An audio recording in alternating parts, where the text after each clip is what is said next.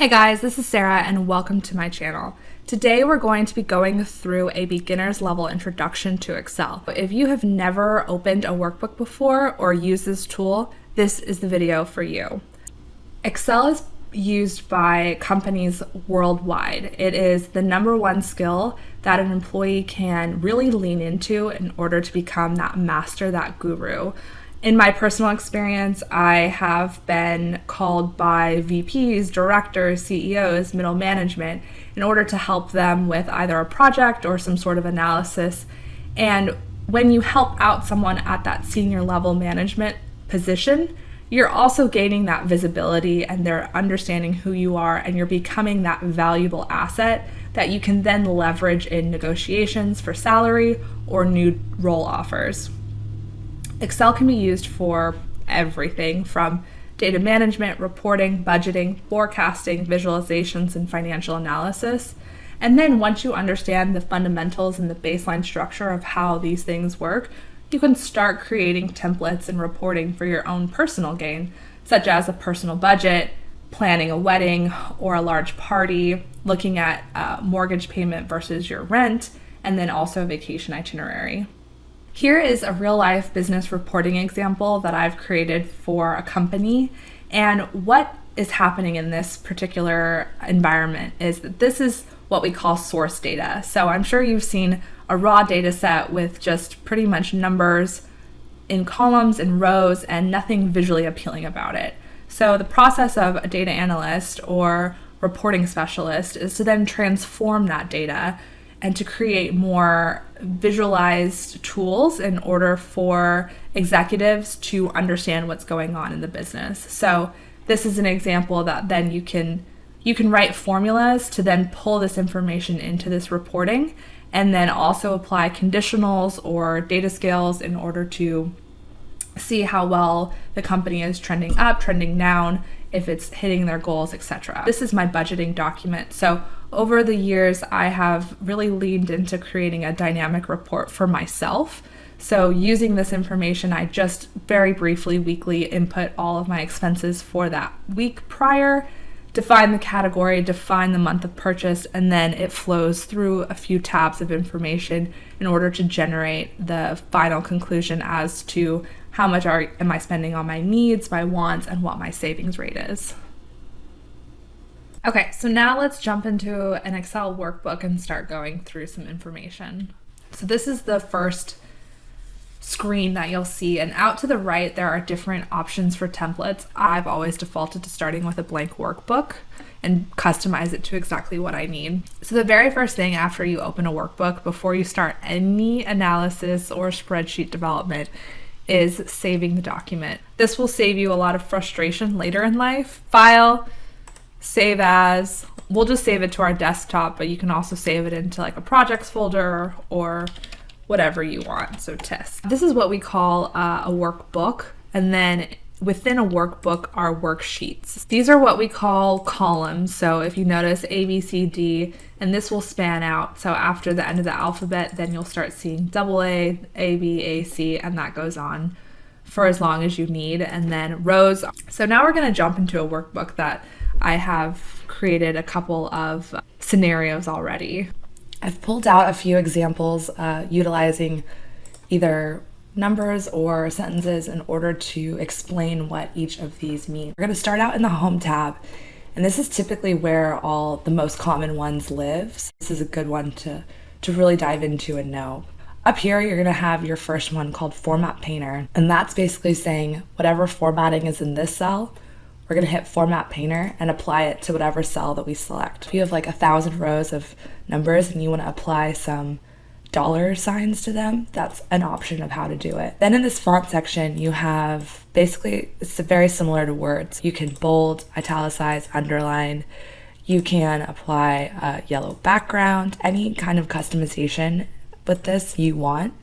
And then I also use borders a lot. That's kind of where you would start building that out. You can make this bigger, you can change the font. Alignment is very similar to, again, Word. You can go justify it right, you can justify it left, in the middle, and if the cell is larger than what it's typically then you can say, okay, I actually want this to be defined in the middle or the end. Wrap text and merge center is this section right here. So you notice how this comment bleeds into the next cell over here. If you apply wrap text, it will wrap the text in the cell, and it will adjust the size for it to be as large as it needs to be in order to fit and be visible in one cell.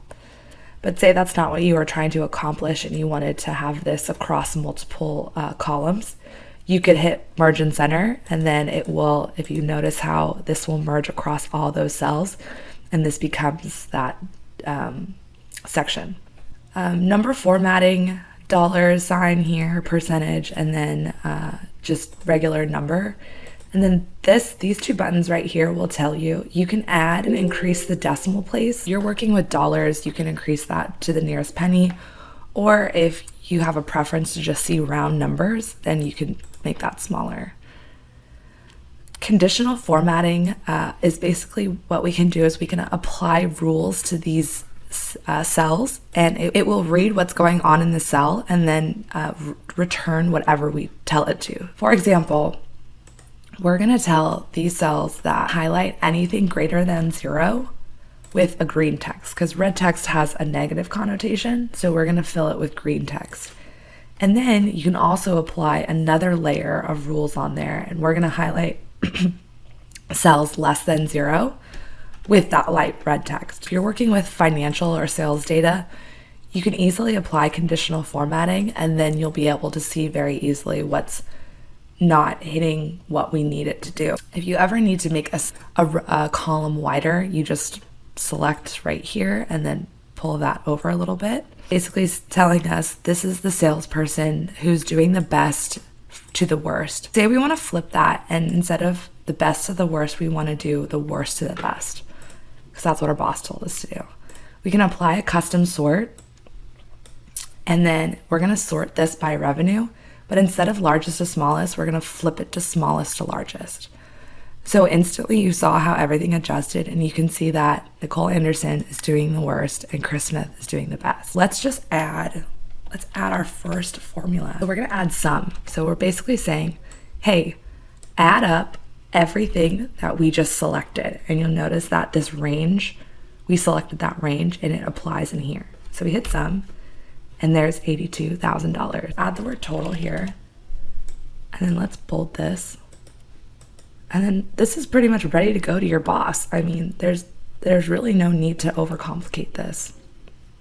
But sometimes in life, you're going to have more information than just the summation of revenue by salesperson. You could potentially have it by month.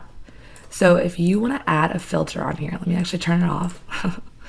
If you want to add a filter on here, you would select the column headers, and then you would apply a filter. So then you could say, okay, I just want to see how I'm doing with revenue. So let's take it up a notch, and we're going to add two formulas. So first we're going to do the sum formula to get the total, like last time. But then we're also going to add another formula, and the name of the formula is subtitle. And subtitle is applied when you have a filter in play. And the reason why why you need subtotal is because it will return whatever you filter out. So you're going to hit subtotal, sum, and then you're going to do the array. And then we're going to format painter to get that dollar. And this is giving us the same number. That is correct. However, when we come up here and filter, let's filter down to me again, it will keep summing that entire array in the background. So you want to apply a subtotal formula instead, because it's basically returning these two values, the sum of the two values that are in the view. And I also wanted to comment down here, these are some quick calculations that I use all the time. So this will really quickly give you the sum, give you the count, and give you the average. So if you ever need to do something like really quickly, just like grab some columns and then the basic formulas will end up here. So if you go to the Insert tab, the first option you have here is a pivot table. And this is going to be a complete series because pivot tables are equal parts amazing and disappointing all at the same time, at least from my personal experience. But we're going to apply a really easy pivot table. So we're going to select the data, we're going to hit pivot table, and we're just going to add it to the existing worksheet because it will always default to adding it to a new worksheet. And when you do that, then you're going to get these options in order to drag down into the columns and the rows and the values.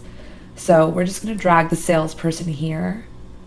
We're going to add the month to columns, and then we're going to add the revenue. So you're kind of getting a firsthand glance at how pivot tables work.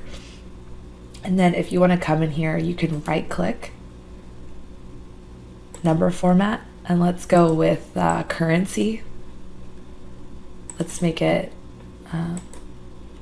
rounded. And then let's center, let's center all of them. So now you can see pretty quickly how March was doing, how April was doing, and what the grand total is. So we're going to take it up a notch and we're going to add in a pivot chart. And we'll just select the default here. So now not only do we have the information summed, but now we're visualizing the information. So you can come up here and sort it by descending, sum of revenue. And now what you have here is you have in order each salesperson and how they're trending for the past 2 months. And then data and view, there's like just 3 small little items I wanted to share with you guys. So a big part of being a data analyst is data cleansing. So sometimes you'll get a file that looks like this and your boss or your manager wants to have street address, city, state, and zip code all in their own columns. So what you can do is you can use text to columns. So you come up here and you would select again the data. You would come up here to the data tab, you would hit text to columns, and then hit delimited. And instead of tab, you notice that how they separate each one is by comma. So if you saw when we selected comma, how it instantly separated into different columns, and then you would hit finish. Then you could just add city, state, and zip. And, within 10 seconds, you have a custom spreadsheet for your addresses. I also use this little section up here. This is what this remove duplicates. So we've got a bunch of different fruits here and some duplication. So if you just hit that and you say select remove duplicates, it's going to remove everything that is a duplicate and only return unique values. So that's a helpful one to use. And then also data validation is basically creating drop downs. So if you ever want your end user to only be able to input certain either words or names or numbers, then you would institute data validation.